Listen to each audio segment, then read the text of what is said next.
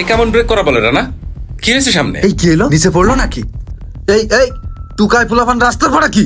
রাস্তার পরে কি এই বেয়াদব? কি হয়েছে রানা? কি হয়েছে এখানে? দেখেন বস্তির ফুলাফান রাস্তার পরে এসে পড়েছে, যদি কিছু হয়ে যায় বিপদ হয়ে যাইতো না? এই কি হয়েছে রে? লেগেছে নাকি কোথাও? কি হয়েছে? হ্যাঁ দেখি। ইস, ব্যথা পাইছো? তোমার কি কোথাও লেগেছে বাবা? না স্যার, এগের কিছু হয় না। এই মানুষের কাছ থেকে টাকা পয়সা নেওয়ার জন্য এই ধান্দা। এই ড্রাইভার তুমি চুপ করো। দেখছো না ছোট বাচ্চা এমনি তো লেগেছে, ভয় পাচ্ছে ও। আশেপাশে তো কারোরই দেখতেছে না। তোমার আম্মু কোথায় বাবা? তোমার আব্বু কোথায়? আমার মনের কি হলো? ওখানে কি হচ্ছে? আব্বা কি হয়েছে তোমার? তোমার গা হাত পা এত ময়লা কেন? এই এটা কি আপনার ছেলে? আপা এটা আমার ছেলে। আপনি কেমন মা? হ্যাঁ, নিজের ছেলেকে এভাবে রাস্তা ছেড়ে রেখেছেন, দেখছেন না এক্ষুনি গাড়ি নিচে পড়ছিল। আরে ম্যাডাম, এইসব মহিলাদের এই সমস্ত হলো ব্যবসা, বুঝতে পারিছেন? গাড়িতে গায়ে লাগবে আর টাকা পয়সা নেবে আমাদের কাছ থেকে। এবার আপনি কিরকম কথা বলতেছেন? টাকা পয়সা নেবো মানে? তা আপনি আপনার ছেলেকে বাসার ভেতরে রাখতে পারেননি, রাস্তা ছেড়ে রেখেছেন কেন? আপা আমি এই বাসায় কাজ করি তো, আমার ছেলে যে বাসার জিনিসপাতি ঘাটাঘাটি করে, তাই বাসার মহাজন বাসায় ঢুকতে দেয় না। তা আপনি এত ছোট বাচ্চা নিয়ে কাজ করেন কেন? ওর আব্বু নেই? ওর আব্বু কিছু করে না? ম্যাডাম, এই বস্তিতে যারা থাকে না তারা ওই বউ দিয়েই কাজ করে, নিজেরা ওই নিশামিশা করে বেড়ায়, বুঝতে পারিছেন? এই ভাই যা জানেন না তাই নিয়ে কথা বলেন কেন? আপা আমার এই ছেলের বাবা অনেক ভালো ছিল। কিছুদিন আগে ও রিক্সা চালাতো, রিক্সা চালাতে চালাতে অ্যাক্সিডেন্ট করে ও মারা গেছে। এখন আমি বাধ্য হয়ে বাসা বাড়িতে কাজ করতেছি। আপনি তো এই বাসায় কাজ করেন তাই না? আচ্ছা চলেন তো, আপনার বাসার মালিকের সাথে কথা বলবো।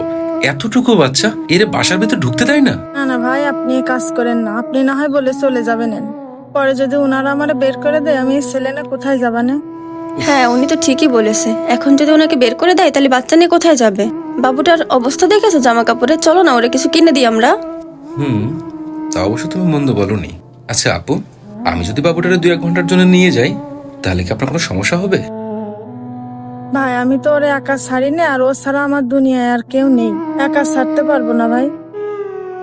আপা, আসলে আমি বুঝতে পারছি আপনি যে ভয়টা পাচ্ছেন। আসলে আমরা ওরকম কোনো কিছু না, আমরা শুধু ওরা একটু নিয়ে যাব, আবার আপনার এখানে এসেই দিয়ে যাব। না ভাই থাক। আচ্ছা বুঝতে পেরেছি আপনার সমস্যা। আপনি এক কাজ করেন, আপনিও আমাদের সাথে চলেন। হ্যাঁ। তাহলে তো আর কোনো সমস্যা নেই। হ্যাঁ, আপনিও চলেন আমাদের সাথে। আরে এত কিছু চিন্তা করা লাগবে না, চলেন আপনি আমাদের সাথে, আসেন। আচ্ছা আসেন, গাড়িতে আসেন। আরে আসেন আসেন আসেন, আপু, গাড়িতে আমাদের ওঠেন। সাথে চলেন। আসেন তো। হ্যাঁ, ওইটা ওখানে থাক, আসেন আপনি ওই দিক দিয়ে আসেন গাড়িতে।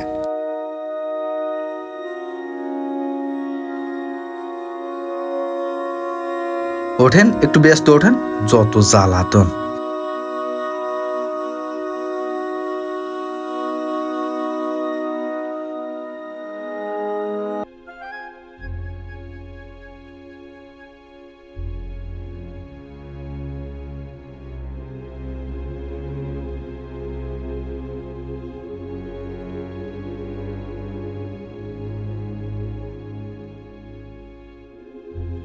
আসো বাবা, আসো ভিতরে আসো।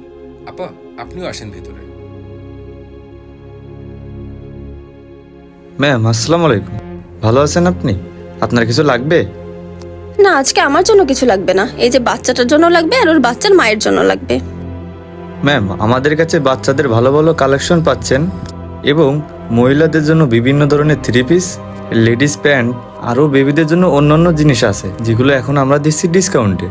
এখন আমরা আপনাদের জন্য, যেহেতু আপনি আমাদের পুরাতন কাস্টমার, এই জন্য 10% আপনার জন্য ছাড় থাকছে। শুধু আপনার না, আরও ব্যক্তিগত যারাই আসবে তাদের জন্য ছাড় থাকবে। আর একটা বিষয় ম্যাম, আপনার জন্য সুন্দর সুন্দর ডিজাইনের পণ্য আছে যেগুলো আপনি নিতে পারেন। আচ্ছা দেখেন, আপনি এই যে এই থ্রি পিসটা, এটা যদি আপনি ট্রাই করে দেখেন তাহলে আপনার নায়িকার মতন লাগবে। স্যার আপনারা এখানে এদের কাপড় চোপড় কিনে দেবেন, তা বাইরে থেকে কিনে দিলেই তো হয়, এখানে নিয়ে আসার কি দরকার? কি বলতেছো রানা তুমি? এটা কোনো কথা বললা? আমি একজনের কোনো কিছু গিফট করব তাই বলে কি যে কোনো জায়গা থেকে? এই জায়গা থেকে আমি তোমার ম্যাডামের জন্য সবসময় কেনাকাটা করি, তাই চিন্তা করলাম ওনাদেরকে এই জায়গা থেকে কেনাকাটা করে দিই। সবচেয়ে বড় ব্যাপার কি জানো? এখানে সর্বোচ্চ 20% পর্যন্ত ডিসকাউন্ট চলতেছে। স্যার তারপরও এরা বস্তির মানুষ, তো এই সমস্ত কাপড় কি ওরা রাখতে পারবে? এইভাবে রাস্তার লোকজন ধরে যদি আপনি দিতে থাকেন তাহলে তো আপনার টাকাই একদিন শেষ হয়ে যাবে।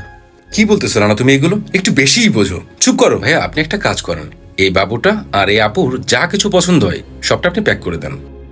স্যার আপনার কথাটা শুনে আমার খুবই ভালো লাগলো।